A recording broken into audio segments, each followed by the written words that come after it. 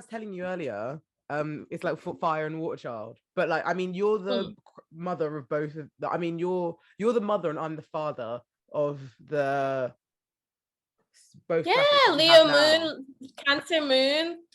We are the parents. Oh my god, I was genuinely thinking, because like you physically drew them. And also I've got a question. It's so random, but is Paul Rudd behind you or is it a different actor? What? It's Keanu Reeves. Oh, what? Is Keanu Reeves the one literally right next to your shoulder? Or is it the one Both higher? of them. Okay. Both of them. We are Keanu obsessed. Joke. We love Keanu. Okay, fair enough. Because I was looking at them and I thought it was Paul Rudd. No, I haven't. See, I've never actually watched The Matrix. You should watch the first one. I've heard good things. Wait, I'm switching to headphones again. Okay, sick. About the new one or in general? In general. Like, I've just heard good things about... Aquarius rising. How you've not seen Matrix? Are you okay? Are you okay? I'm just...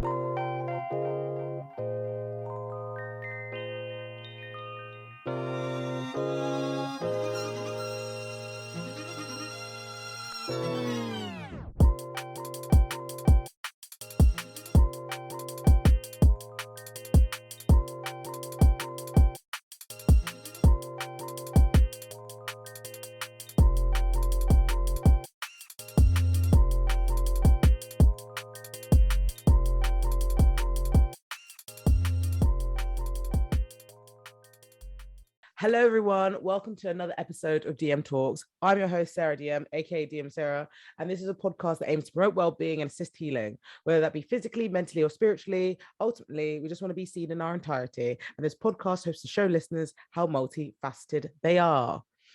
Today, listeners, I'm joined by one of the most creative people I know.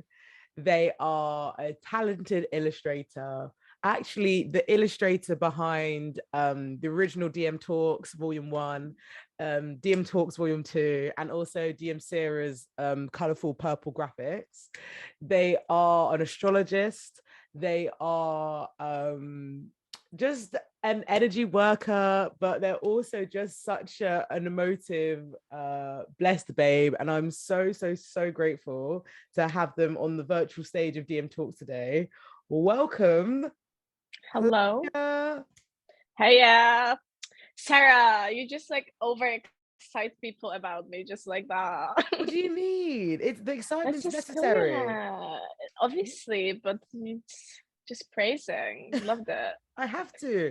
Honestly, like I have to give my flowers where they're due, because it's like I feel like I've learned so much about myself, the world, and like life since knowing you. So I need to showcase it, you know. And like I think we're very like it's weird, we're very like intimate people. We're very like we've experienced many lives. Do you know what I mean? Like we're very like old souls. Exactly. We're very old souls. So I think us meeting together has just like, it's not just I mean, had good conversations, but it's also inspired us for change, you know. And I think that's something that I need to show testament to. And I think like, well, if anybody listened to the DMC as well last week, you would have heard how we got to know each other, how we've expanded with each other. And I think that's just such a I don't know, I think it's really beautiful, and I'm really grateful for it, especially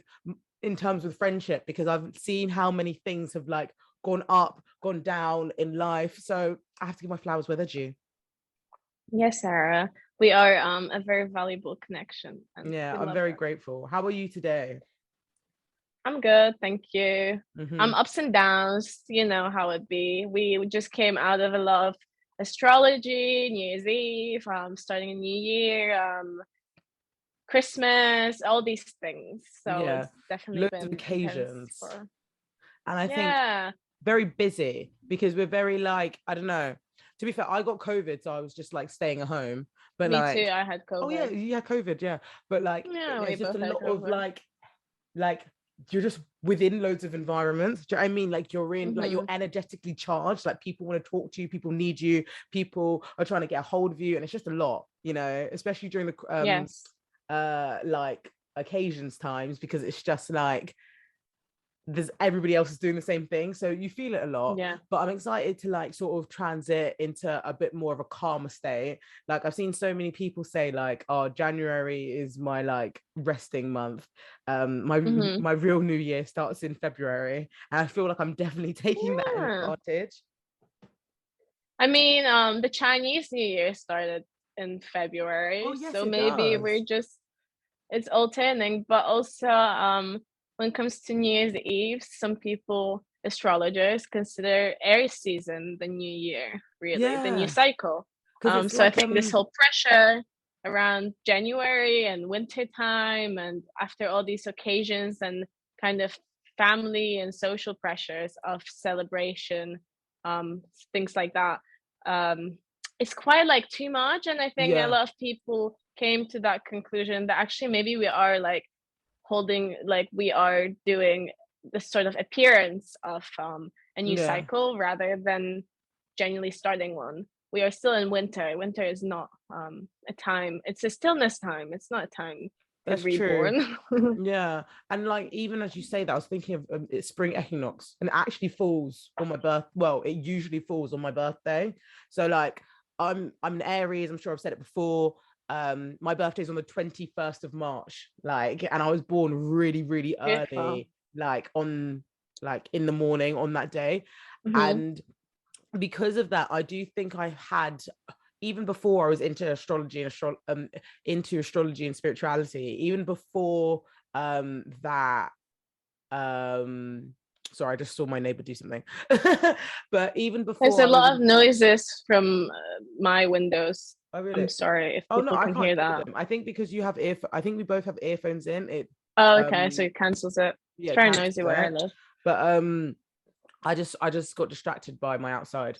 But I bring this up to say, um, even before I was related or involved with like spirituality and astrology and all of this like information, I did feel a different form of feel during my birthday time. Like it wasn't just a special occasion which I was celebrating, but it was more like, ooh, now I can start again, a year for me, you know? And it was very like, I don't know, it just felt very energetically charged. But as I've grown to learn more about like energy, now I understand why.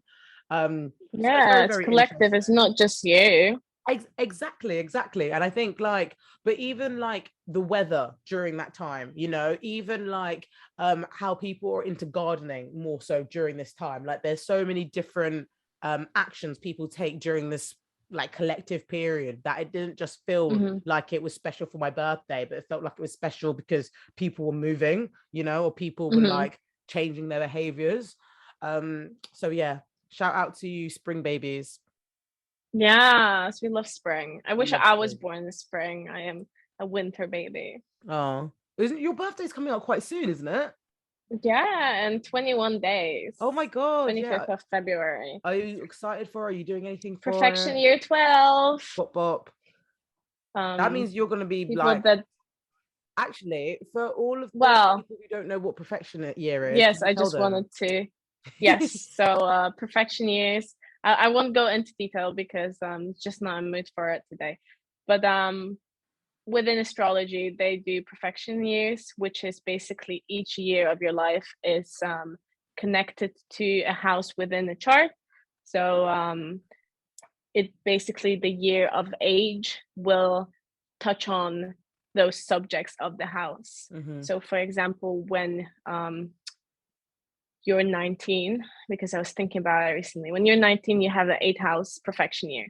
So very often there's like intimacy, mystery, secrecy, intensity, and usually it's like quite intense time and quite shadowy. Like people tend to go off the rails when they're 19, and it's because you face your dark side a little bit more Oh than my ever God. before. So It's yeah, funny that you said and I'm that. going.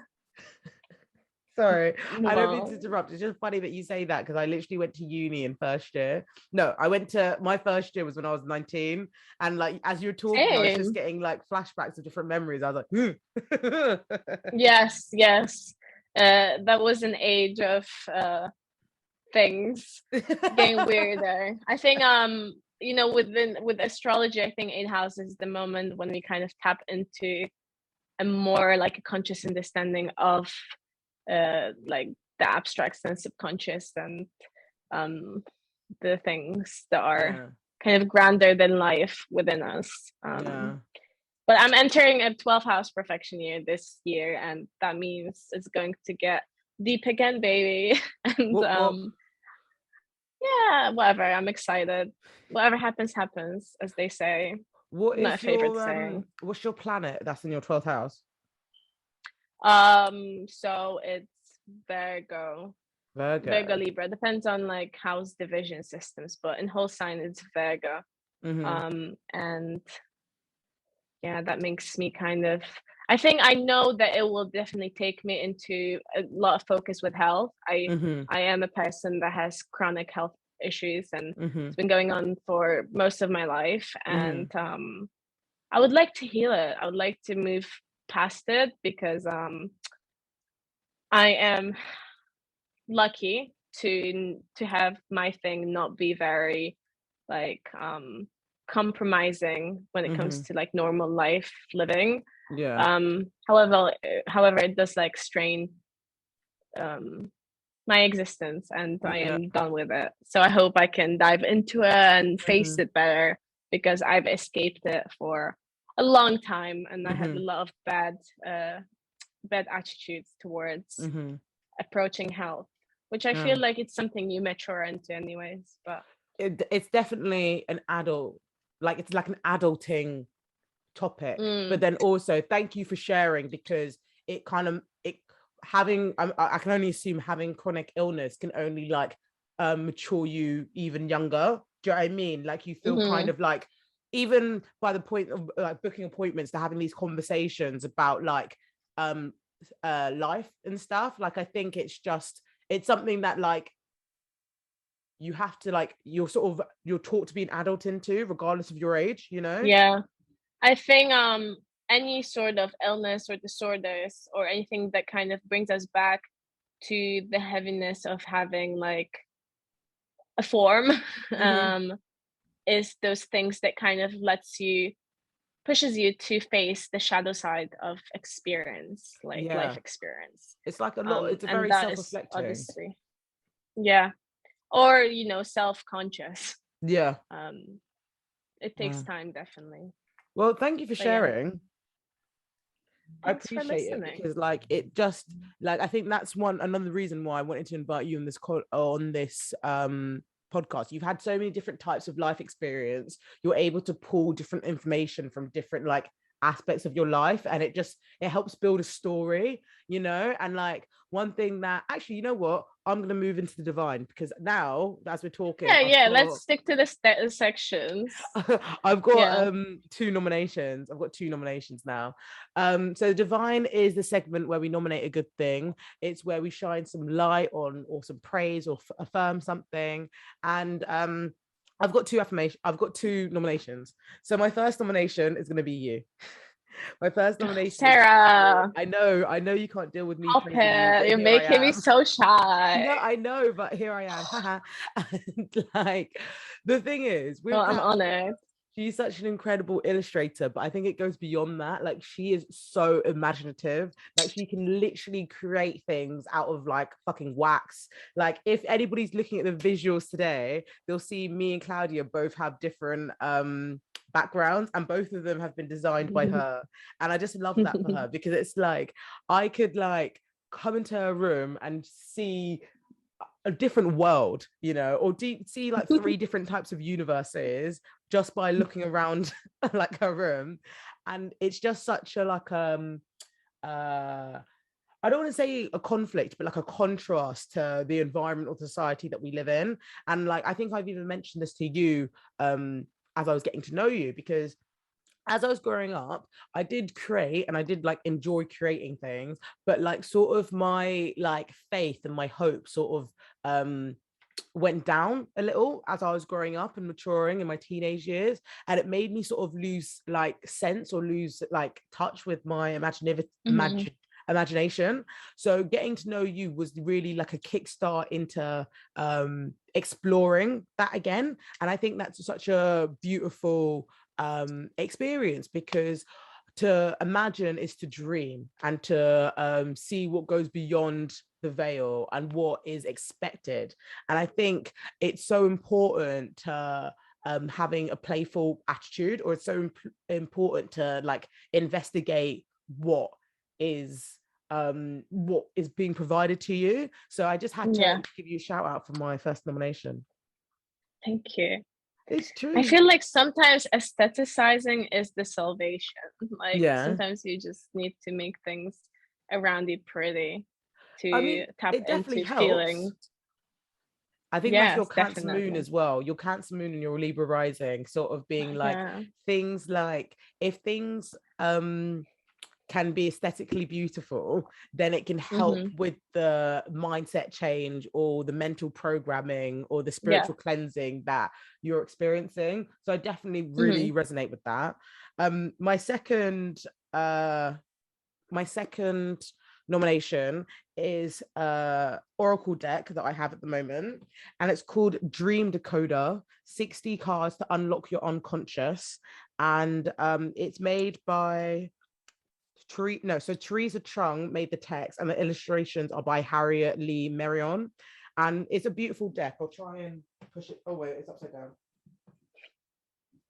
Upside down, baby. We can't really see it. No. Okay, can I? Oh no. There you go. There it is. Sarah, so it's oracles, right? Yeah, it's an oracle like deck. Dream analysis. It's an oracle deck with dream analysis. Essentially, like, Teresa Chung is a renowned spiritual, not just a healer, but she's like a spiritual, she studied this. Would you say a researcher, a theologist? I'm not too sure. But like, she's gone to Cambridge, and she's just basically spent a lot of her life developing books and consulting on spiritual healing and spiritual apparatus and spiritual like everything. And amazing. These cards absolutely does she beautiful. have like anything like shamanic probably to her? Like she has a lot of, she like exploring those things. I think she might, it might be like I can't lie, I haven't done that much exploration of her. I've just listened to her as guests on podcasts, so that's how I know of her, but I'm not like, I don't know her like craft or studies that well. But she was able to develop this textbook, this oracle card book, and she's also got a dream interpretation book. And these cards are absolutely gorgeous. They basically are really like cute illustrations. Like, this one's for animals, this one's for like death, this one's for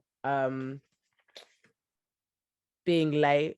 And it's really helped me understand concepts that I like used to overinterpret, because I think with me, I'm definitely someone who gets information from their dreams, but sometimes because the dreams are so vivid and there's so much like detail in the dreams, I'm writing everything down, and I'm not being able to actually feel what's resonating with me and how it's supposed to like give me the information that I need, you know. So like, yeah, that's relatable. I definitely need to not need to, but I'm definitely trying to get into the habit of pulling a card after my dream space and just seeing how that resonates with me in my dreams, because I think as the more as I become a spiritual, the more that I think I will do that after this. Yeah, you know, like, that's the thing with me.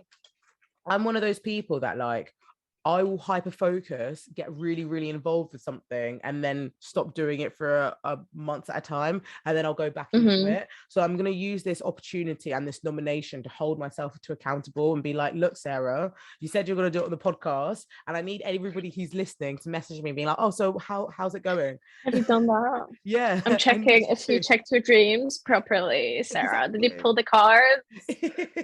No, but I need it, because there's so much information that is available to us. And like, it used to make me so scared when I was a teenager, because your dreams, my dream space like was insane. Like, without being too explicit or too like not incriminating, but too like vulnerable. I got so much information from my dreams. It felt like it was just night terrors, but like I didn't want to like I was scared of going to sleep, essentially. I was scared to go into sleep. And like now as a spiritual person, I know that's because I'm experiencing like downloads, downloads, clairvoyant abilities, but also because I was experiencing trauma as well, it was showcasing different information, you know. It was very very linked, but also because I didn't have the protection or the support available to me at the time, it terrified me, absolutely terrified me.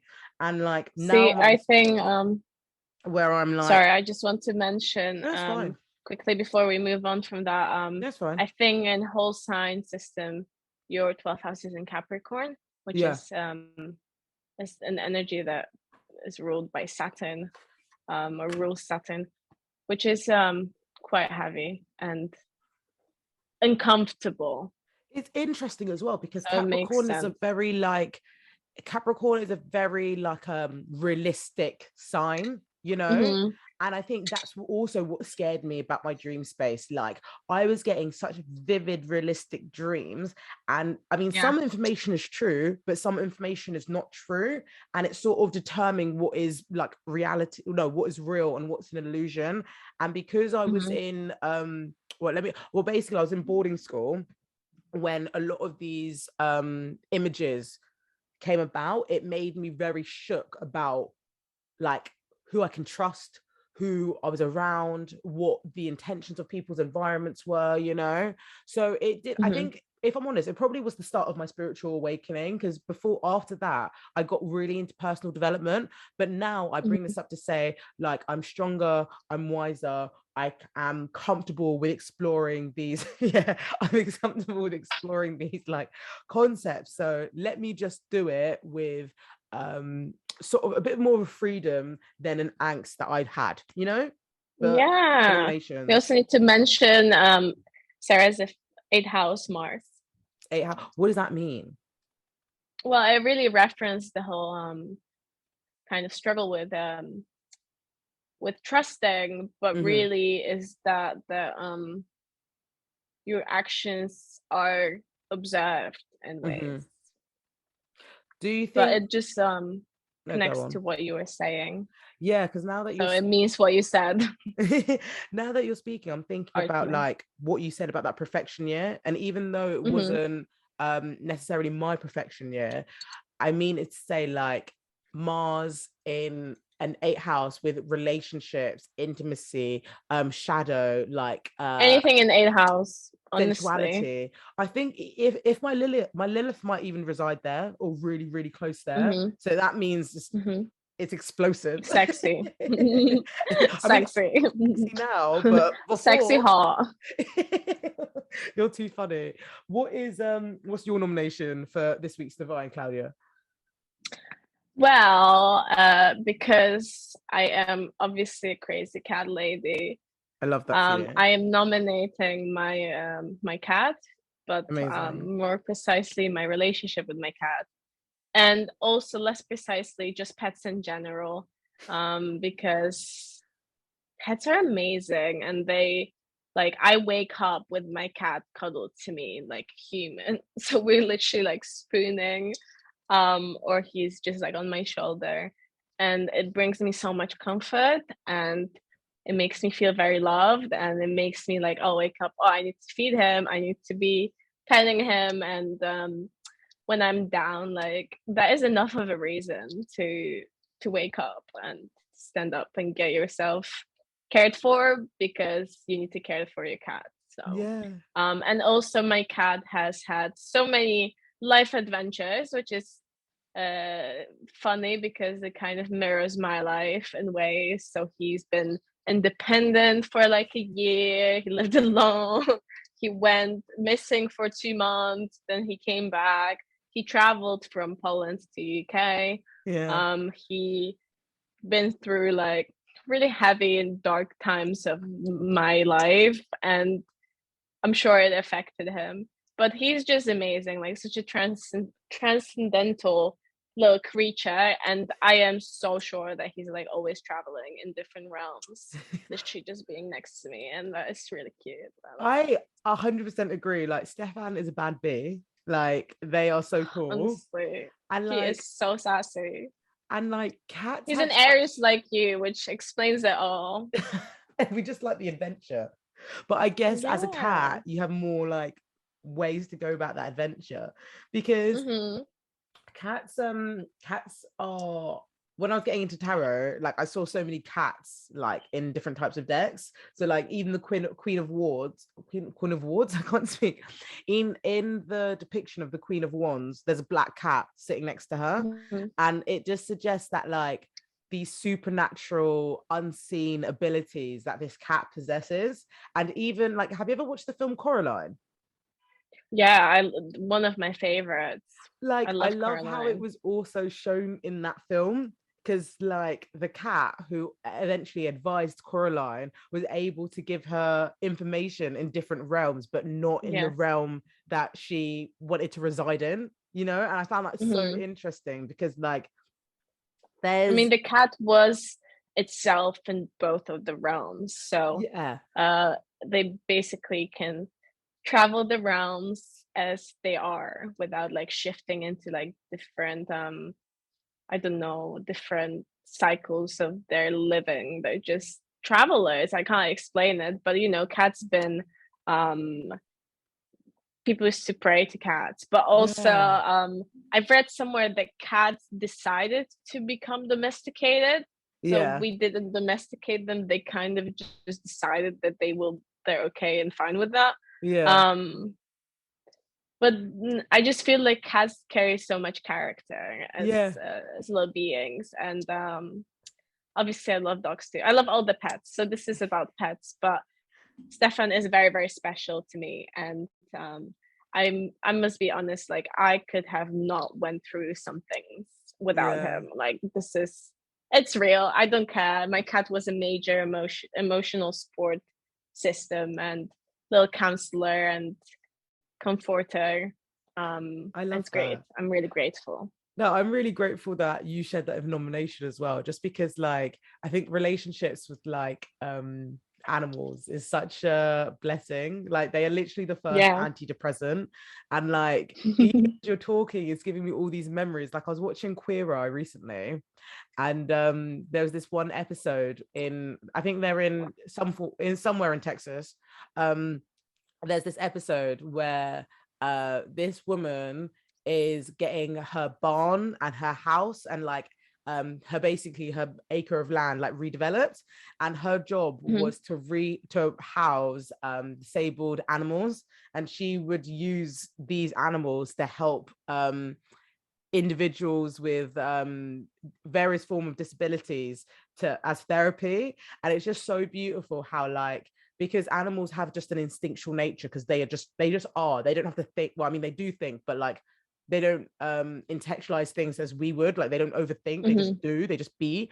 And like it's just so nice that like it can take you back to like your natural state and like make you feel calm and present just by being yourself. So that was a beautiful nomination. I really, really enjoyed. Thank you. Don't you worry. I'm just having a sip of H2O, high quality H2O. Stay hydrated, kids. Stay hydrated. Water is important. Just two, decoding the messes. And Alarm. I was just speaking really fast then. So I need that too. yeah, honestly, I was just like, so that takes us to the next segment of the episode, which is decoding the messes. And this is where we unpack mess, whether that be online or offline. In this week's episode, we're all talking about astrology. And I just had to get I think you actually introduced me to a lot of astrology. So I just had to get Yeah, you to have this very likely. conversation. 100%. I Because I just want think, to clarify to the listeners that I definitely do not consider myself an astrologer, but the same way I don't even consider myself an artist. So it's like very complex, but whatever. What I meant to say is that I'm definitely like an astrology student. I okay. love reading about it. It's very interesting. I feel like Okay, so from now on, I'll call you astrology student, but I get that because Yeah. it's like more so like you're participating in the lessons, you know. Mm. I guess the reason why I was comfortable calling you as an astrologer is just because you were able to like provide me concepts in such a digestible format, and I think that's like quite admirable with any teacher, you know, like you learn about information, you make it sort of digestible and accessible, and you like Mm-hmm. showcase it in a simplest form. And I think that's how like I got to know more about astrology, because there were some people like on the way that told me about birth charts and told me about sort of their relationship to their own birth chart.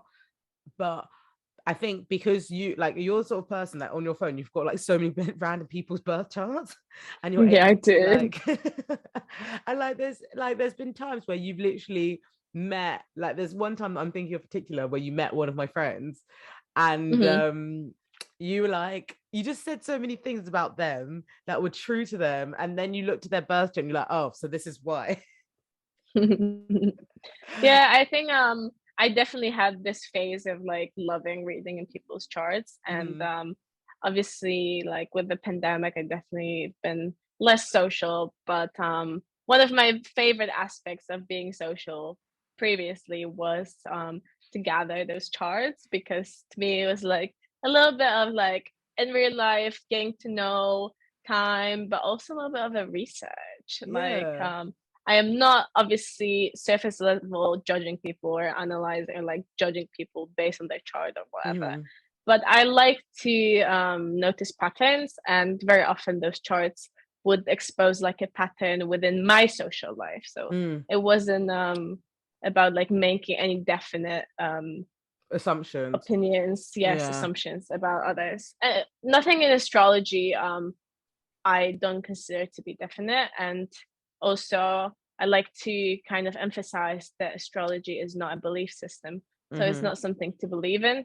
It's just a very, very long, like it literally comes from ancient times, Mm-hmm. observational research and making metaphors and connections and making meanings. And that is very much and symbolism, which these are really very much the things that inspire my art practice, but also inspire just my way of living. So, And like I guess that's also testament to like discovery and self like um well, I guess actualization, because the thing is with astrology, it is a tool, you know. And like I even saw a tweet recently, it was like, regardless of if you believe in it or not, these transits are going to happen, you know. Like it's not like, oh, I don't believe in it and it doesn't affect me. It's more so like I don't believe it and I won't really acknowledge how it affects me.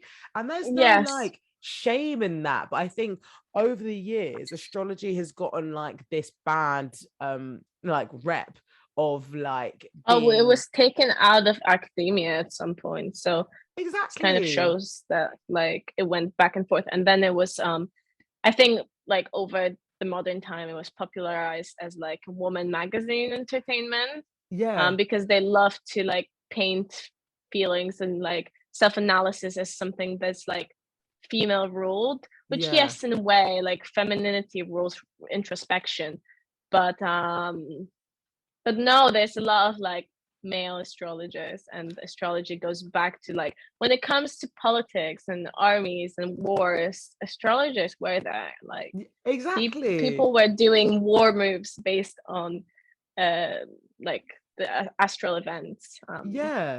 So yeah, So it just it's shows you grand. how like people literally used it to their advantage when they wanted to, but then like they kind of like shunned it away when they didn't want to like accept it. And I think there is like power in acknowledging your birth chart, because I think I've even mentioned this on other podcasts. Like you can see whether your strengths lie, where your weaknesses lie, when you can be more confident in certain areas of your Mm-hmm. life, where you need more attention in other aspects.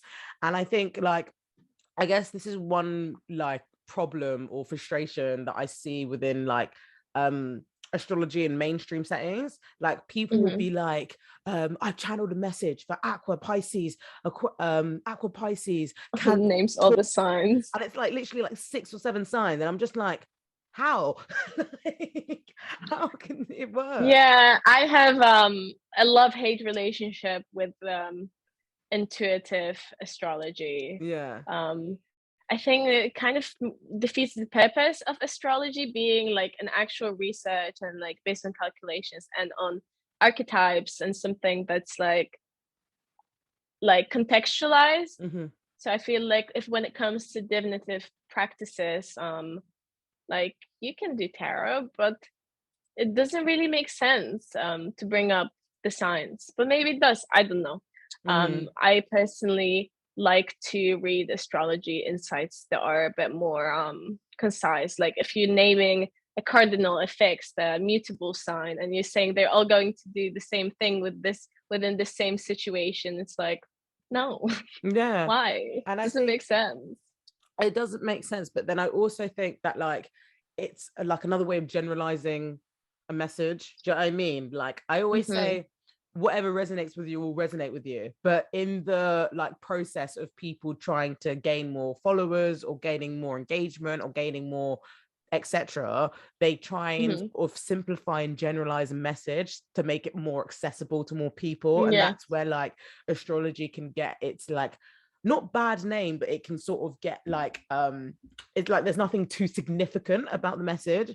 And like there's Mm-hmm. so many like well, I'm talking about TikTok specifically now. There's so many different forms of individuals, not like they're saying information, but in a way that's very, it's either like problematic or like they're very it's like, sorry, I'm just moving my leg. How do I say this? It's like the problem with astrology on TikTok is like there's no, they're saying short thing, they're saying a Mm-hmm. statement in a short amount of time, so they're not giving any nuance, they're not giving any context. Like sometimes like Mm-hmm. it can work when they've got like a cute sketch or like a little graphic that they've made and they've showed you some action of how context can reside, but more time it's not working. But then Mm-hmm.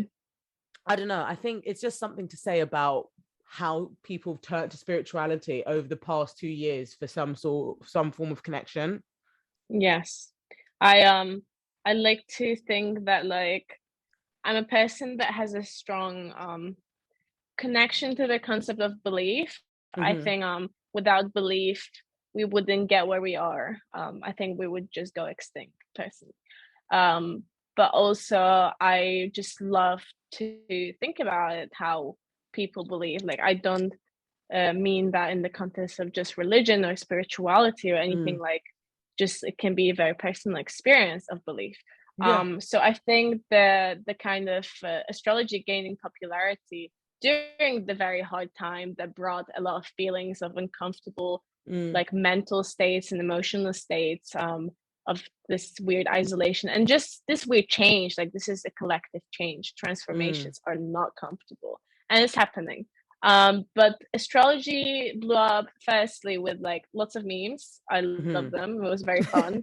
Oh my Um, god, I actually have such a great meme that I'm gonna use to show you when I yeah, post this. It's honestly, it's beautiful, I love it. okay. But going back to what I was trying to say, I forgot now, but I Oh didn't. sorry. No, don't worry. I do that. I talk and I forget what I was saying.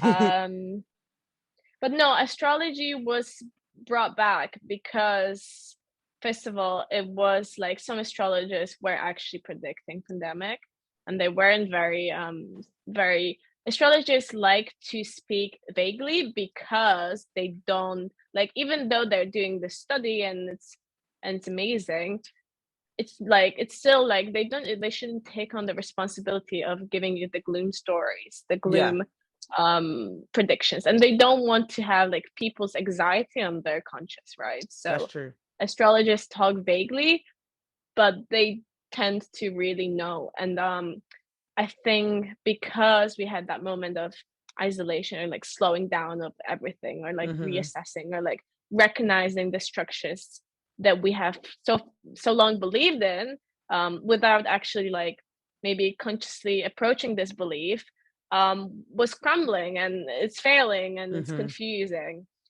So people realized that actually we need like a deeper belief system. So people turn into wellness and into meditation and yoga and energy work and astrology so much more nowadays, because there's that element of human that needs to believe. And in times that we live in right now, beliefs that are not kind of attached to like a religion or like a god are like easier for us to kind of digest, because we have this attitude towards things that's very self-involved.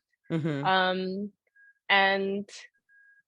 I think a lot of like younger people and like our generation, us, we also like don't have the maturity to believe in something that has more structure than like, let's say, just tapping into like meditation and yourself. It's something that has rules. We're not we are we're not very rules oriented.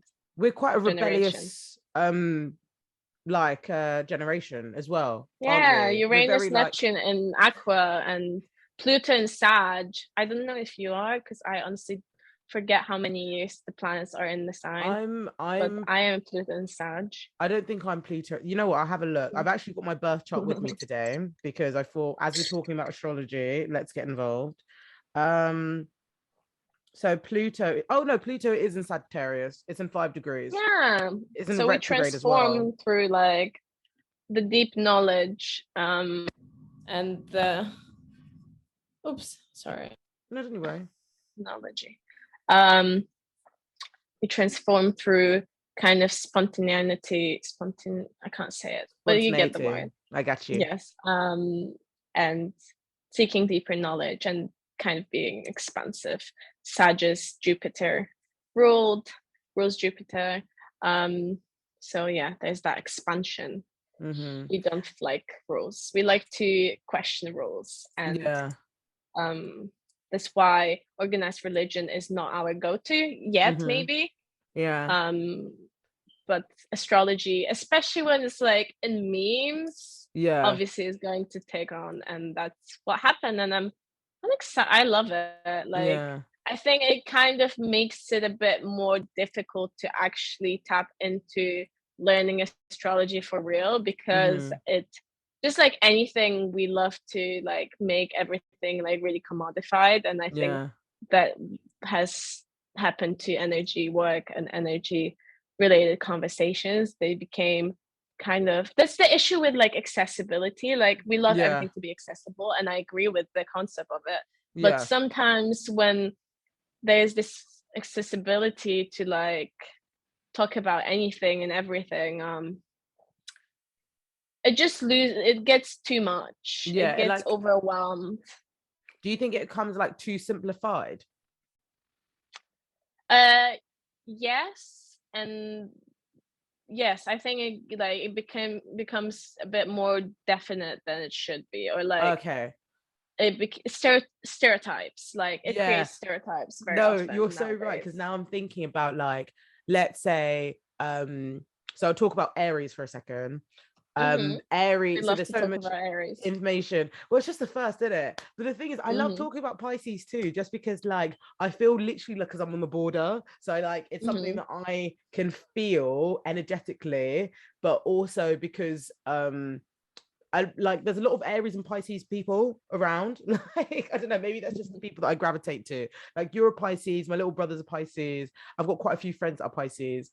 And so let's say Aries will be assertive characters, but because of that assertion, it'll be linked to aggression and always wanting to, being the first ones to fight, you know? Or like, let's say Pisces babes, because they're like known to have a little bit of archetypes from a little bit of something from every archetype, they can be really empathetic, and they can be really like, they can understand where like people coming from a lot more than like someone who's not that horoscope. But because of that, they're known to be sensitive, you know? And it just shows you that like these stereotypes can develop with this mass accessibility. And like, I think that's where people kind of get like, not necessarily annoyed, but people can kind of like well, there's not really a better word for it, but like dumb down this like historical contribution to society, because they're only seeing the meme or the stereotype. Like they're not seeing the fact that someone has been working their ass off for literally hundreds of years to study astrology. Yeah. You know? Yeah. But I guess my next question for you. I get that. So we've just come out of a transit. We've just came out of 2 retrogrades. One was Venus and Mercury. And I wanted to ask you, have you learned anything since these transits? Well, I don't think it was like a choice. I don't think you have a choice to learn with retrogrades. And I also don't think it sometimes isn't that clear that you have learned anything, because as maybe most of us listening know, retrogrades are when the planets are going backwards, and so they're out of their usual movement. So during retrogrades, it's very much a lot of repetition. Like you are repeating an old pattern, but now maybe you have the timing in which you see it better, and you can recognize, especially with Venus retrograding with Mercury, there was a lot of people like reassessing how they approach pleasure and how they indulge pleasure, on top of a lot of relationship things. There was a lot of focus on like relationships and boundaries and like wanting. Something that I learned from the Venus retrograde is how I can be self-sufficient with my pleasure, you know, like because my pleasure might not look like yours. I have to sort of understand how I can pour myself in. How can I pour back into myself? I also need to understand how I can keep things fresh and keep things exciting, because something that used to indulge me maybe a few months ago might not indulge me now. And I think like especially with the Mercury retrograde, like I'm one of those people that like I want to talk to someone as soon as I can, because I'd rather have communication out in the open. But I also struggle with like processing information. So sometimes like it's quite funny, because I know we talked about this in the DMC, but sometimes like I'll distance myself to process, and then I come back with a new understanding. And within this Mercury retrograde, I really had to learn that like any unresolved conversation or unresolved conflict that you need to work through is just going to put unresolved conflict within you. So it's so good for you to share information, regardless of how you assume it might go. Just say it, because at the end of the day, you can't control how those conversations are. You can just be present within them and see how to go through it. Yes, but obviously like you need to have the kind of connection that has like an awareness of that, because sometimes like this is glitch moment. Have you okay, I am ready to be back. I am ready now. What I wanted to say is that if you connect with other people that are also, well, we spoke about that in DMC, we're all sensitive, but conversation carries a responsibility. And as much as like we can be passionate or like emotive beings, we need to have the awareness of like when we are actually pouring out too much or pouring into someone else too much, and you know they don't necessarily have the language to set their own boundaries. So it's very much a mutual work to create like a healthy interaction or whatnot. But this retrograde was very much, as I just mentioned, but I'm trying to recollect my thoughts, was about reassessing your pleasures and how much you indulge in them. One thing that I've learned is that I am a big time binger, and I need to unlearn binging, because it actually is like an escapism thing. But I am such a queen of escapism things. I am obviously a Pisces, so we love to escape things. And binge eating, binge watching, binge other things is that it's kind of like an escapism mechanism. We don't like that. 100%. But I want to mention I am dropping stuff, but also I want to mention that we had like a Venus Pluto conjunction at some point, which made this Venus retrograde quite like intense and quite dark. Like people were like, oh, I want to transform my relationships. I'm killing the bonds that are not serving me. Like it's not approached in like a humanity way, a little lighter. It's actually like definite. Actually, your vibe is like so influencing my life. I need to cut you off right now. Yeah. So there was a lot of that past times. With like the new year, with Christmas and whatever. It's so interesting that you say that, and like it just shows me how much like I'm amazed by astrology, because like I saw people going through it, and because the Venus was in Capricorn, it was very like recalibrating the structures that I'm going to like adhere to, and it was a lesson in discernment. I think that's what also the Venus retrograde taught me. It was like, how am I going to show up for myself, but also participate in this relationship? And I think it could be romantic, it could be platonic, it could be just like who you like choose to connect to, who you choose to like show companionship with. So it's really interesting that you say that.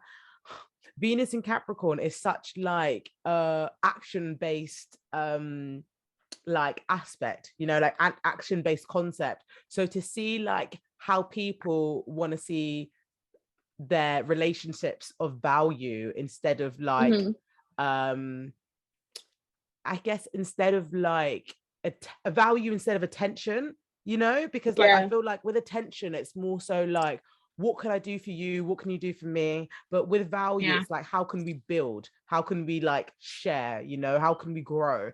So that's really, really interesting. I know you've got something to sorry, tell me. I like to associate Capricorn and Saturn energy with like sobering up, and we had this moment of like quite heavy Capricorn, and there's a lot of sobering up. So it's like people are uncomfortable because they're seeing through their own delusions, but also Jupiter is in Pisces, so it's like, and it was like Aquarius season, is an Aquarius season.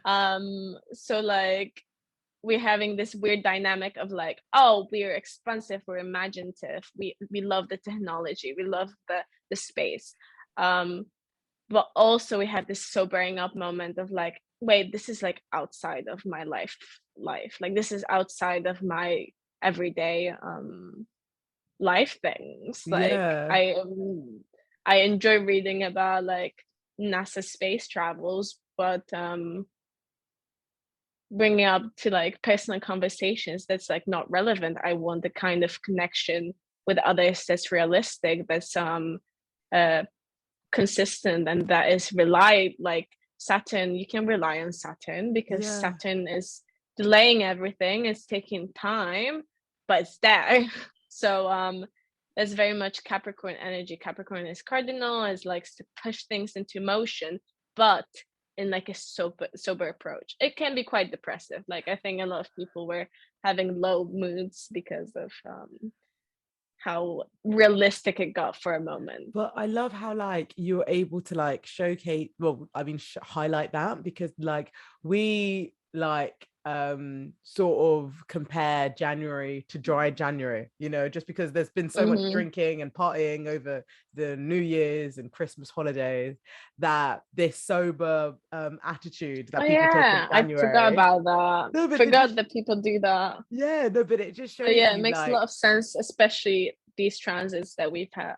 Exactly. But like it's interesting that you say that, because now I've got light bulb moments. It's like we're having this sobering reality because of the relationships that are around us, and also because of the environment that we are within. And then we've got this like contrast to the imaginative space that we're creating. Like we've seen so many like milestones or like new inventions happen since 2022, you know, and it just shows you how like the possibilities are endless, but it also like brought us back down. The relationship sort of brought us back down to reality. So like it just shows you fucking astrology again. It's crazy. It's so mad. But no, thank you for showcasing that. I'm interested. You said you had something to tell us about about twin axis that I'm excited to hear. So what is your information that you learned? Well, it's nothing so specific, but I know that we kind of decided to talk about axis, and I like axis because I like to I'm a fan of non-linear thinking, and it's quite annoying, but whatever. But with axis within astrology is that you have a chart, 12th house, and signs that are opposite each other. This is an axis. And even though like archetypically you can think that these signs are like super different because they're always in a different element, an element that's kind of the yin yang in ways. But it shows like the spectrum, which is the same spectrums, different ends. And what I like about axis is that it shows that something that seems so opposite is actually like about the same thing. It's just approaching the thing opposite way. So I want to like give some examples, like maybe starting with Aries and Libra, because it's the first house and the seventh house. And when you have like a chart, seventh house is the house that like comes out of horizon. So it's the house that finally gets involved with other people. And it's the one that like governs one-to-one relationships and basically us coming out to people and others. And the thing is with Aries and Libra, you would think that because this is like Aries is this expressive, passionate, and quite like hectic, I would say, like chaos, like it's Mars, right? Mars, Aries rules Mars is ruled, but Aries is this like passionate, and it doesn't really care about harmony and for things to look pretty. Aries is very raw. Aries wants Unfiltered. to get the real deal. Yes, while Libra is very aestheticized, very harmonious and justice, looking for justice and looking for all the sides of the coins and whatever.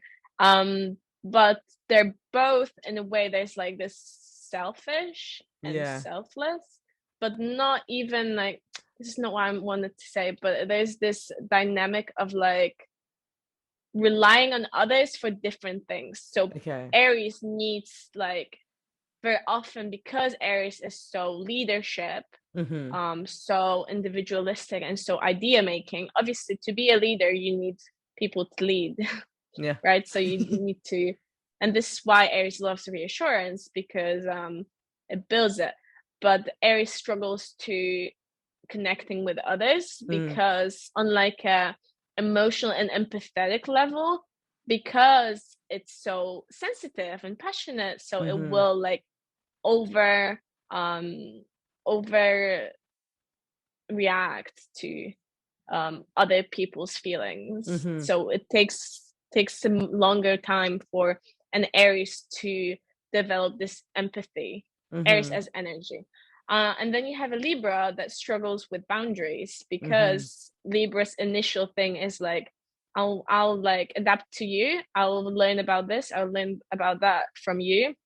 And then I will come back to myself and filter through. So first you have those layers of like connecting, and then you have the time for the attachment, because you come from like a more informed space that actually, in comparison to you, this is me. While Aries is like first me, and then it takes the layers off for Aries to be like, oh, I want to overreact about your things too. I want to be involved on like this passionate level. But yeah, axes are just really interesting to me because it shows the energy that is essentially opposite is actually like working towards very similar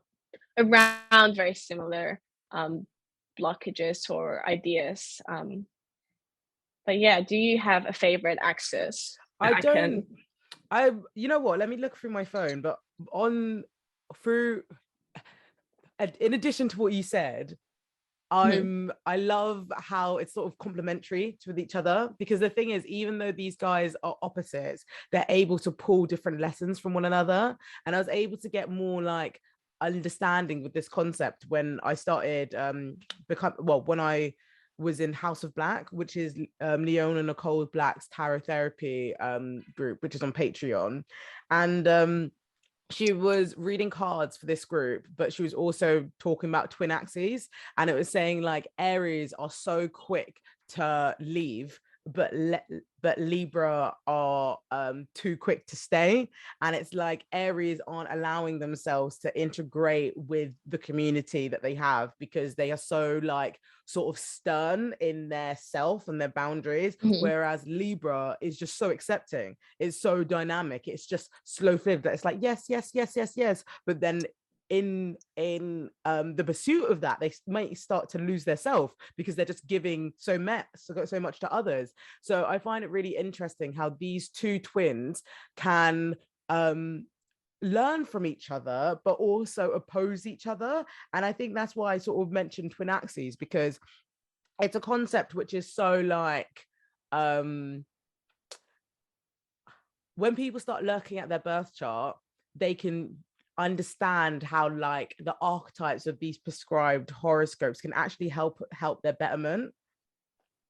Yeah, I actually woke up and like when I got on my phone, the first thing on Twitter I saw was this lady saying that a sad story, that her husband died and she used astrology to make herself feel better, to maybe take control.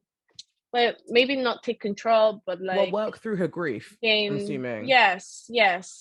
And I think and there was like a lot of like replies about like, oh, why is it so disregarded? Like people are shitting on it. Why are you shitting on something that helps someone? Like exactly, what's your deal? Like honestly, everyone finds something else helpful, and if people find astrology helpful, that's amazing, and that's where it's like that's the point of it. But I love the staying too long and leaving too early. Do you know what I mean? Because it's literally Libra like it's literally True. opposing characters that they both need, but they're like in excess for too long. So that's when it comes an issue.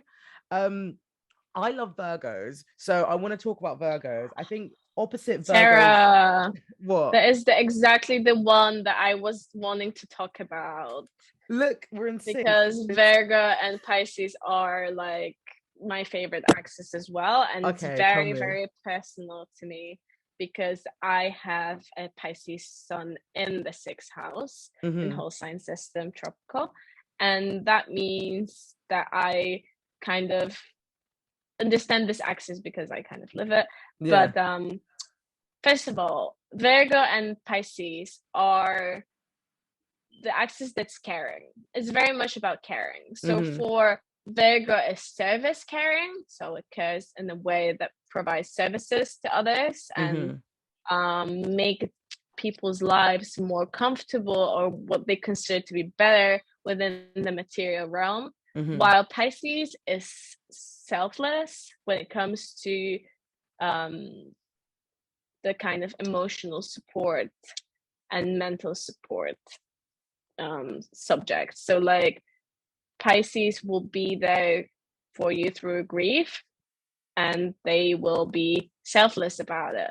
But what I like about this axis as well is that it's 6th house in Virgo is about physical health, while 12th house is about mental health. So it not only ties the like caring for others and being of service and being empathetic or like sensitive to other people's needs or maybe other beings' needs around you, like your pets. Also pets live in 6th house, but not going to elaborate on that. But with the 6th house and 12th house, it's like the combination of body and soul in ways. Because with Virgo and Pisces, because Virgo is very, but what's sad about this axis is also that both Virgo and Pisces as energies are very prone to addictions, very prone to dissociative behaviors, because we live in this like culture that didn't really understand boundaries before, and how to protect ourselves on that more like emotional level, but even like doing things for others, and like in a space of like, oh, how I'm coming off socially, like my public image. If I want to be a caring person, I would like do too much of caring. And you know, you get to a point when you're doing it out of bitterness and out of kind of like not the right state of mind, not the right intention. So but basically with Virgo and Pisces, they're prone to addictions, and they like to escape things through substances, because they both get very overwhelmed, because Virgo is so detail oriented and Pisces is so vague. So you have either like it goes like to too little and it can like fixate over the details and kind of seeing too much within the detail, while Pisces sees too much within the like void. Like it is, you know, the energy that kind of speaks about like subconscious and dreams and mental health. So it's like those like very relevant and present abstract it's things. just like I'm happy that I mentioned this one, because it's like I think both of those two signs also have like a close relationship with me. I've got my Virgo in Mars. So Mars in Virgo during a retrograde. So for those who don't know, it's essentially your Mars is your planet of your action, your passion, your sensuality, and within Virgo it's a very like goal orientated, detail specific. Sorry, Sarah, not sensuality. Don't you think Mars is about passion and like sexuality? It is sexuality, but not sensuality. Oh really? Okay, well, sexuality instead.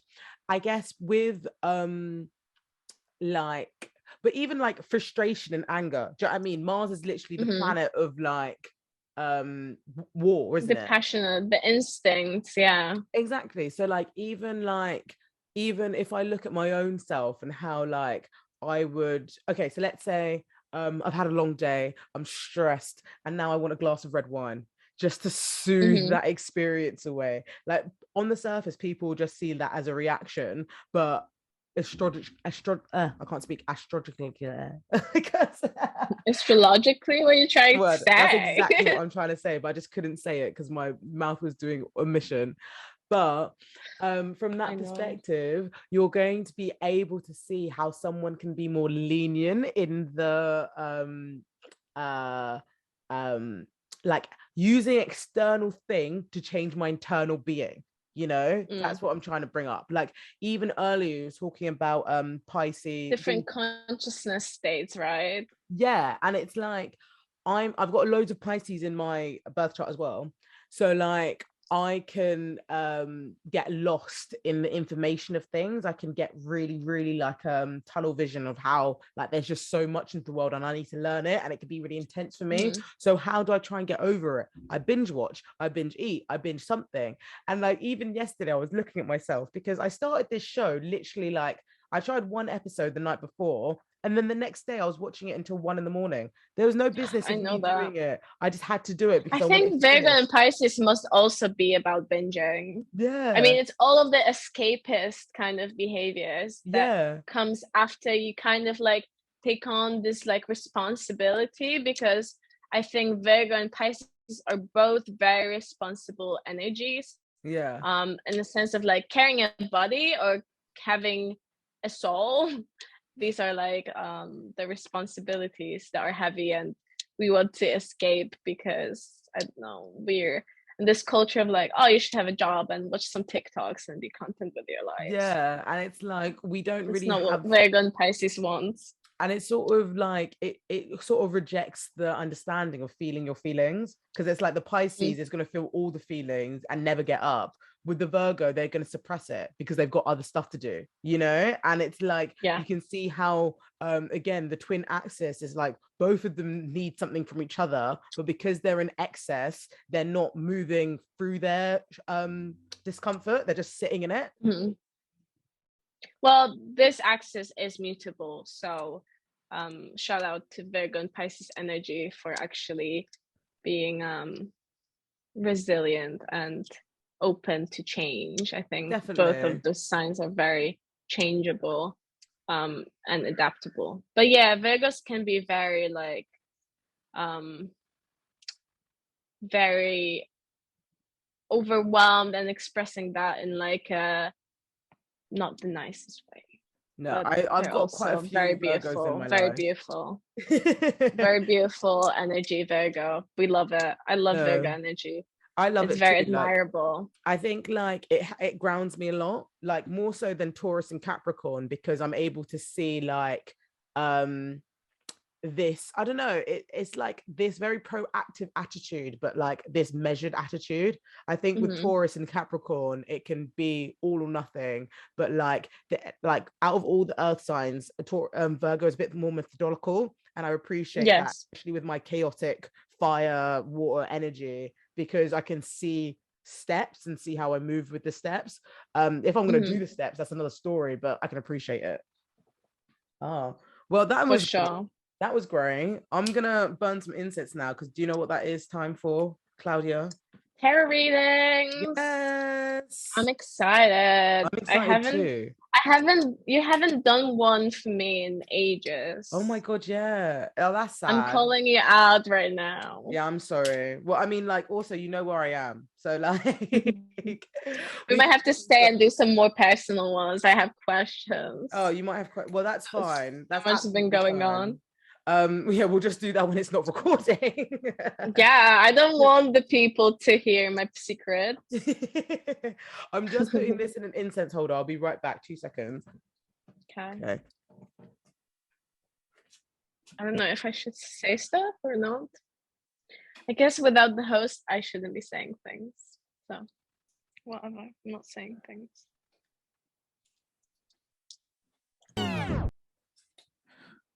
Okay. Right.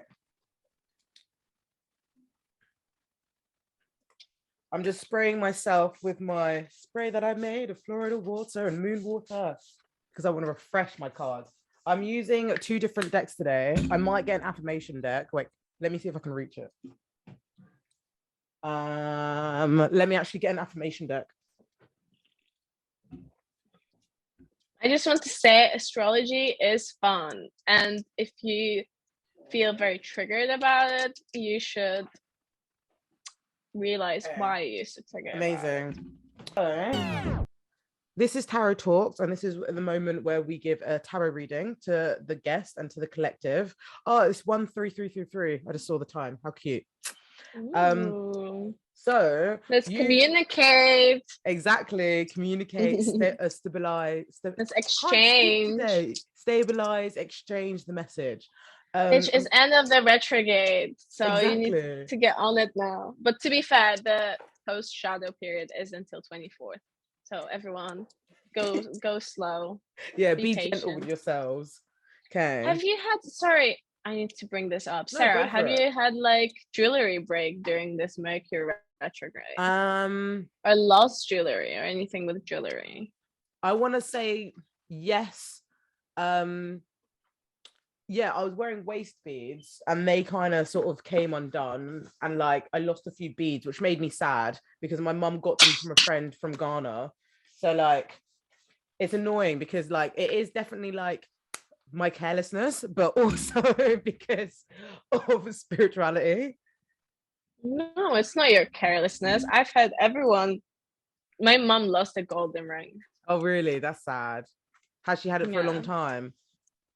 I don't think so. It wasn't like super meaningful, but maybe a little bit. But she's not very sad about it. I don't even take my sentimental stuff out anymore because I just don't trust myself.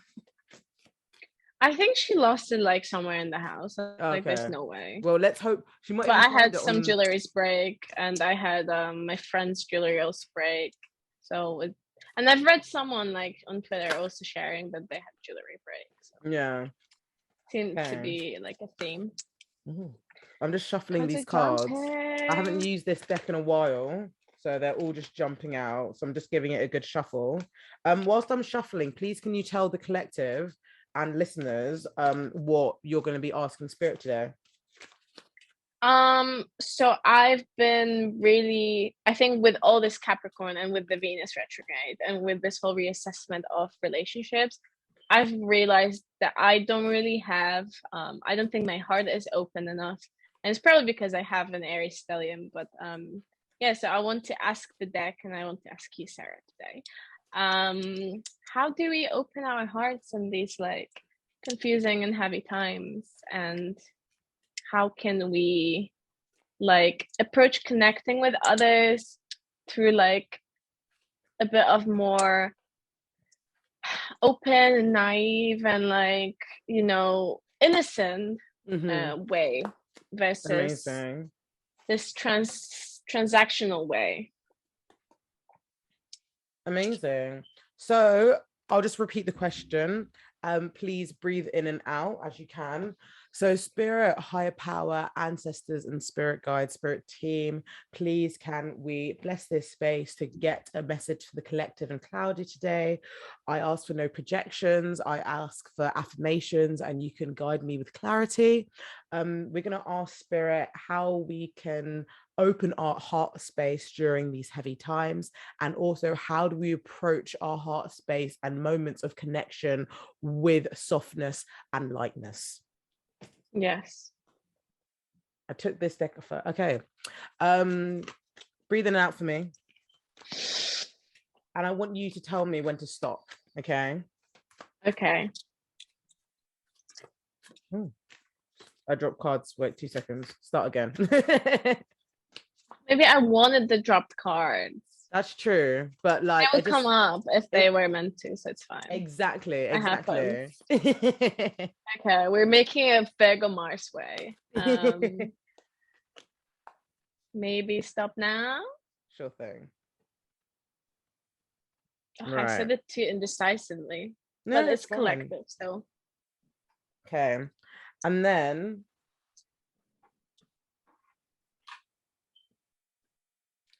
Spirit, higher power, universe, please can I have a clarification on this message? Oh, is it already not clear enough? Well, I just want a clarification because I've got a lot of water energy. Well, that makes sense a little bit with the innocence and opening hearts. Yeah, definitely. Okay, so we have got 3 cards and 2 of them appeared twice, right? So there's a lot of change in our beliefs and a lot of change in our understandings and our values and our like appreciation of things, but there's also like an opportunity for more abundance available to us.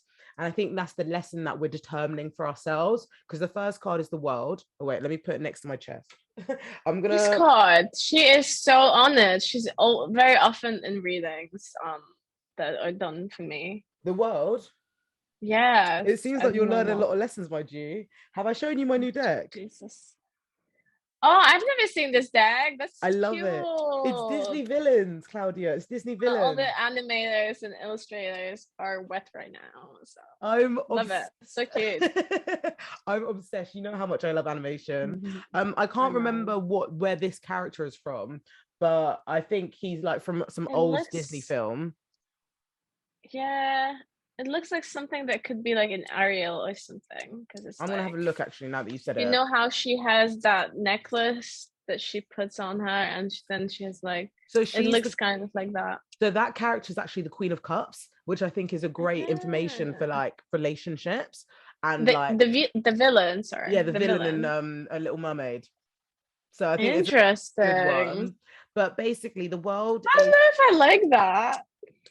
I think I like it because it's more like a soul subconscious kind of conversation. Like I think because it's like she's bribing Ariel to she's bribing manipulation. Is that's why it's exactly. But look, it's all about the villains, isn't it? and it's like it shows okay. these archetypes. So all of the characters are Disney villains, and it's showing how they're using it in like in the pursuit of their dreams, but in a villainary It's such a way. shadow deck. I like that. Know. Eighth house Mars popping off. Screaming. The thing is, some people, sorry, we completely sidetracked now, but I don't care. Some people find shadow work quite intimidating, but you're not going to find it intimidating when you see your Disney faves.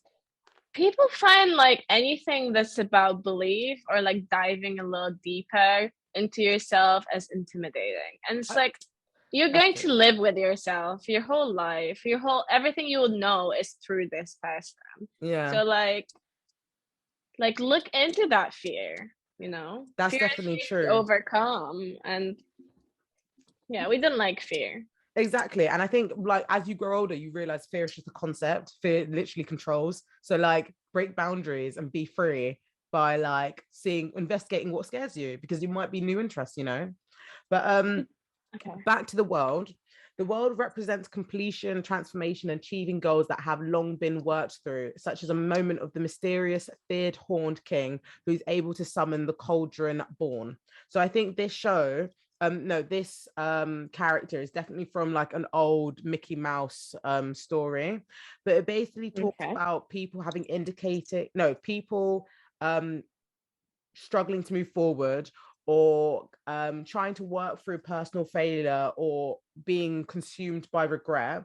And this remorse is actually sabotaging your success, and you have to make peace with your past so you can move to your future, as there's so many things available to you.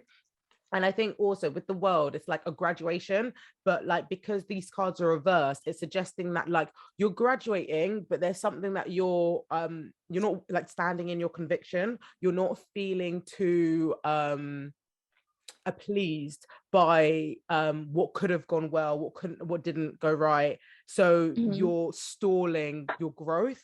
And I think that's also evident in the cards, because we got the 5 of Cups. We got another cup.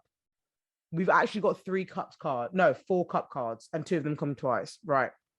So we've got 5 of Cups, we've got 6 of Cups, and we've got 10 of Cups. And 5 of Cups is to do with change in your belief. 6 of Cups is to do with sort of giving to your younger self, and how those how those sort of opinions are mirrored in your relationships. And then 10 of Cups is like your abundance card. It's like emotional harmony. It's transcending your spiritual discovery. And I think because we've got so much water in this card, it kind of suggests that you're at a point that you're in your heart space of trying to accept, release, and move forward. The next card that we got to clarify the message was the 5 of Cups. So needs to be a change in your belief system. The questions were, how can we approach our heart space with lightness? How can we open our hearts? And it's literally change. And it's changed now, change swiftly, change with the release. Like all the options available to you are like things like floating on the surface. So maybe it's an action of, maybe I need to change something on the surface, and it can seep down into my opinions. So I mean this to say, like one time I was just struggling, and I was just stressed.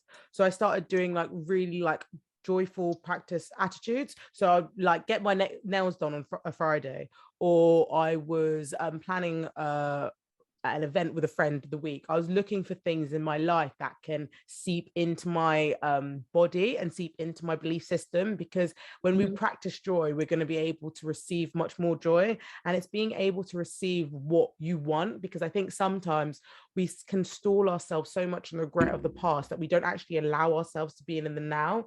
And all of these like attitudes kind of suggest like this watery energy is really consuming us and not allowing us to like grow and expand. Is any of this resonating with you? I mean, it resonates with the dream I've had, and I already told you about, with the elevator and flood. Oh my goodness, because that's literally so much but water. I think, yeah, but I think when it comes to this being like a collective reading, it can also kind of, because it's raining right now, Sarah, I'm not kidding. Is it raining It's really, really pouring bad, like rain. Manchester Yeah, rain? it's pouring rain. Oh Yes. no. I don't know if you can hear it, but probably Not at all. I wanted to say that when it comes to kind of understanding this through a collective space, is like water is at the end of the day forgiving, and I think for us to open our hearts, we need to forgive our process and be forgiving with how long it takes to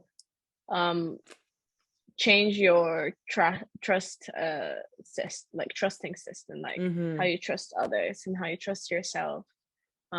It's long and very like guilty process, because I'm like, oh, I don't trust this person, but I don't want to be the kind of person that doesn't trust other people, but I also don't want to be like naive and easy to trick. And also and all these other options of why opening our hearts is very important.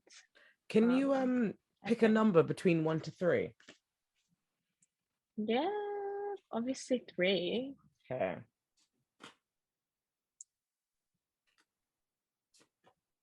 Oh, it stopped now. No, it's fine. I'm just basically, I got some I more bet you oracle miss Manchester cards. rain. I don't. It's so funny because I think I even said this on my last podcast. It was like, before I left, I didn't even like put an umbrella, like get my umbrella out. I wanted to literally be in the rain because like I knew where I was going wasn't going to be raining that much, and I was like, I love this place. I can accept Manchester and its whole rain. And I'd get home and like my housemates would be like at me, like, look at me like, are you right? And I'm like, no, but I don't care because I'm home. My mom always my mom always brings up her memory of like being in the rain in like summertime, Polish countryside, and it's just beautiful how cleansing rain can be as an experience if you let it 100%. if you let yourself see it as this magical thing. It's freaking magical, everything Definitely around us, honestly. I think rain is definitely cleansing. I asked basically to pick 3 cards just because well, I asked you to pick a number of cards and you said 3, and I was just choosing some oracle card messages. And the first one says, is this something you want, or is this something you've been told that you want, that you should want? The second one is breathe in the blessings, breathe out the stresses. And the third one is being who you truly are is enough reason to be loved. And I think as a collective message, this suggests that we are allowing ourselves to change, but that change might be more proactive if we can believe that we are worthy of those things. I think sometimes when we can't release, it's like attacking or like it's disrupting one of our core beliefs, and it's like it actually can pull in more intention of why we are allowing ourselves to ruminate. Like even when I was talking to my therapist, because I struggle with rumination but on a like ridiculous level, and he was like, it's a form of self-harm. It's literally a form of self-harm, but because I mean there are other reasons why it's probably more so than the average Joe, but I bring it up to say that these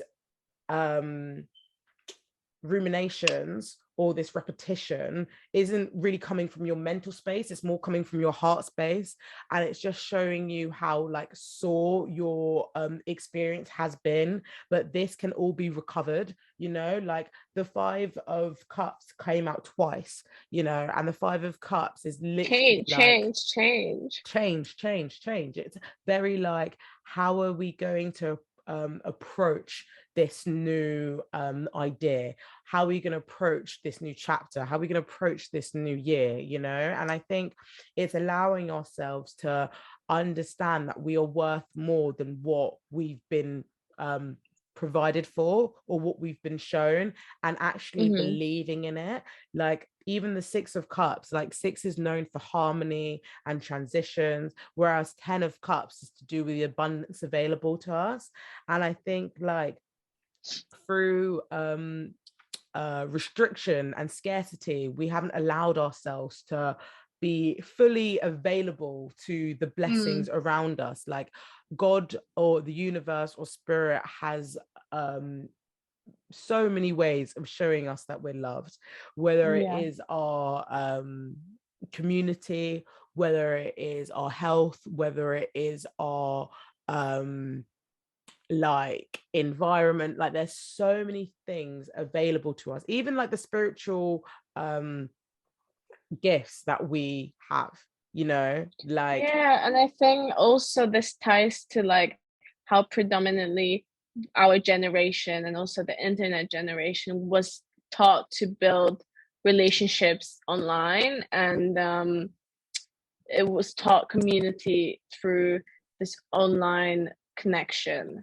And now maybe this reading could be implying that because the question was opening your hearts, it kind of is calling you to realize that you can have connections with others that are more than like messaging someone sometimes, and more than like the language can, because language is limiting. Like conversation is amazing, I love conversations, but like connecting with another person is a very energetic experience, and it's a very it's like an experience that you can compare to, I don't know, like being born. Like it's transcendental.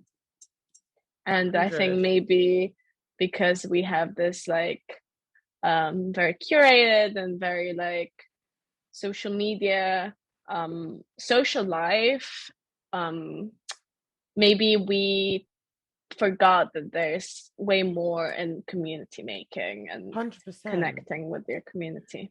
I've also noticed one thing as well. A lot of like the cups in this deck, like some are floating, some have sunk, some are like being overflowed. And I think that's a testament to like the different spaces where individuals may feel that they are with their emotions. Like maybe they need to understand, like do a deep dive and find out what's the heart of the issue, or what's the root of this problem.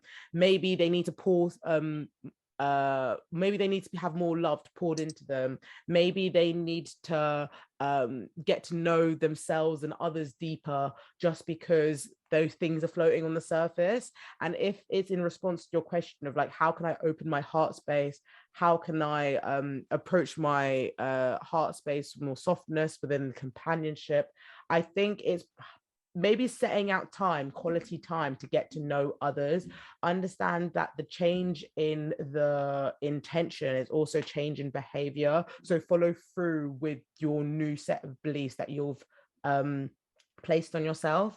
I also see a cup upside down in the water, and I think it's like even changing the container, like changing the way you do things so that you can see more ways of being loved.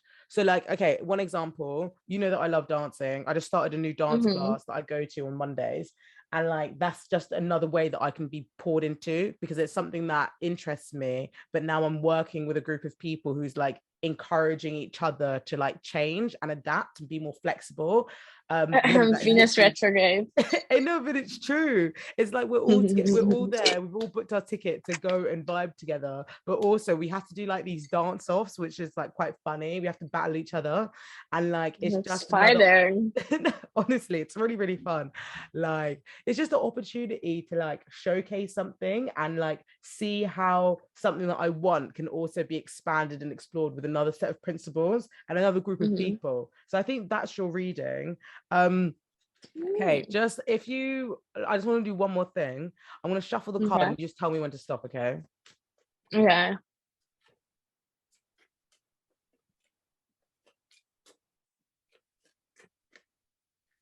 No.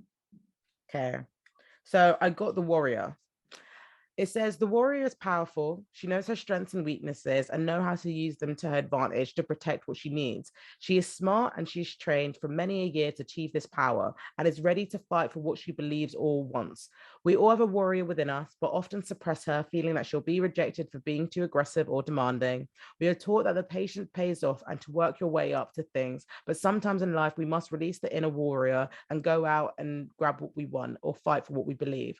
Don't forget your power. Don't lessen your goals for fear of letting her free. Use the powerful ally as she joins you on the part of your journey. It is certainly time to come into your power, particularly if the moon is about to go full. You are feeling extra powerful from this as well. So you best go for it. Well, we just had a new moon, so it's not going full.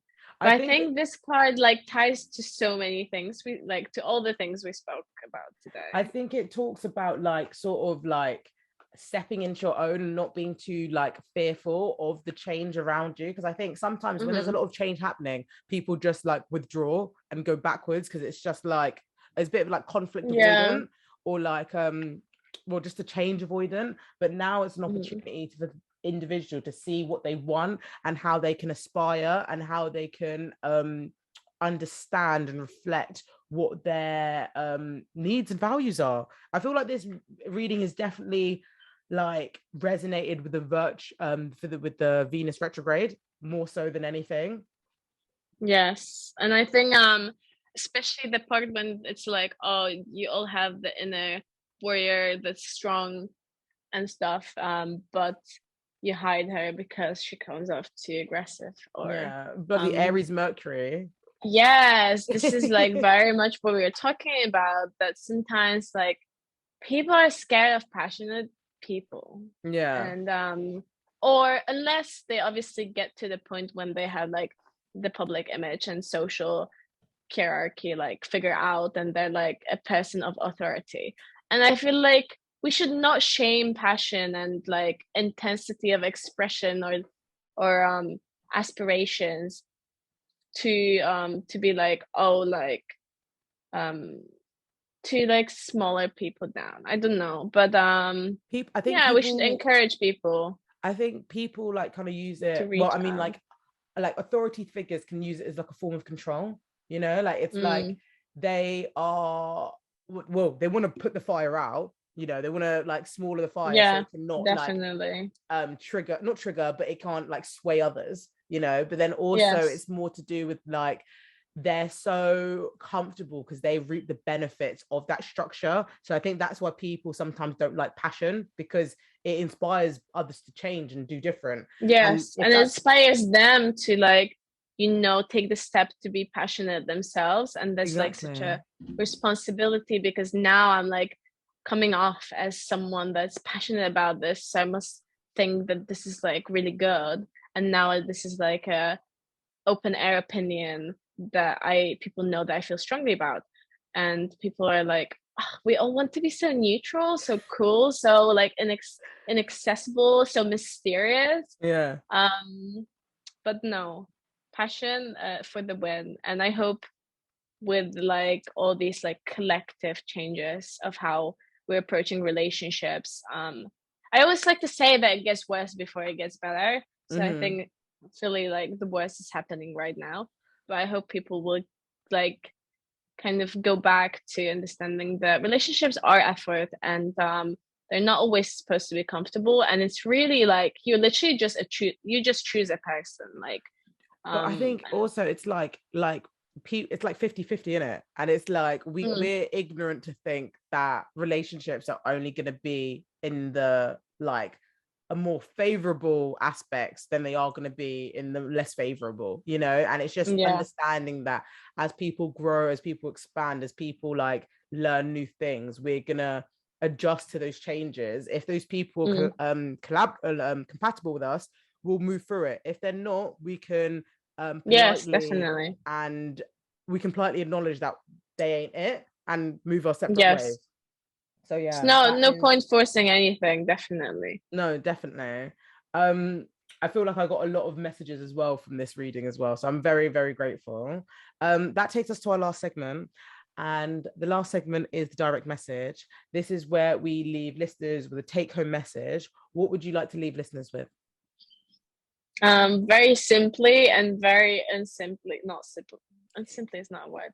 Feel your make words feelings. here. I struggle with it, and I care about it. But if you need to try it too. Like, people should feel their feelings when they happen, and when you're feeling comfortable, guilty, even when you're feeling envious, you should feel that feeling, so you can, like, get to know yourself, like, authentically.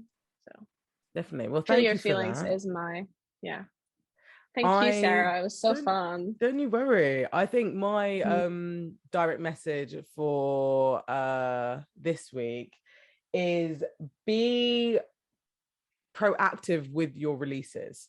Like, I think this is a memo for me.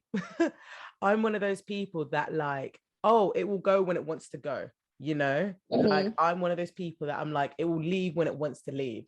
And I think that is true to a degree, but then it sort of arises conflict within me when I'm still feeling said feeling. I got to get a bit, like, frustrated with myself because I don't allow or I can't accept, I can't surrender that it hasn't left yet. So then I start to be like, oh, maybe I'm the problem, So I guess, like, oh, sorry, my mind's just gone blank. Be proactive.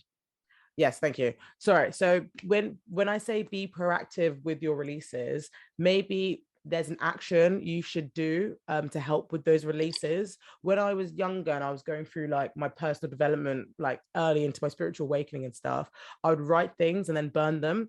But now that doesn't work with me as much as, like, going to the gym and physically moving my body to get the different energies out. So be proactive with your releases, because then it can give you I guess, more confidence that you are releasing them, instead of thinking it will go and then being annoyed at yourself when it hasn't left. So that's my advice. Outlets are everything. Pardon? Outlets are everything. Definitely. Like, you're consuming, so you need to let out. You want things, you need to sacrifice. I think, but that's the thing. I think outlets change, like, as we do change as well. Yeah, definitely. we don't. But sometimes I think, like, I know I've been guilting for this. I've been, like, doing something that used to serve me and then it not serving me. And then I'm thinking I'm the wrong person or I'm the bad person because it's not leaving or it's not left. And then I start, it triggers my inner critic. And it's like, I think, because then you have to go through that process of, like, grieving something that used to help you and now it doesn't help you anymore. That's definitely true. And I think grief is something that, as a collective, we've learned so much about over the past year.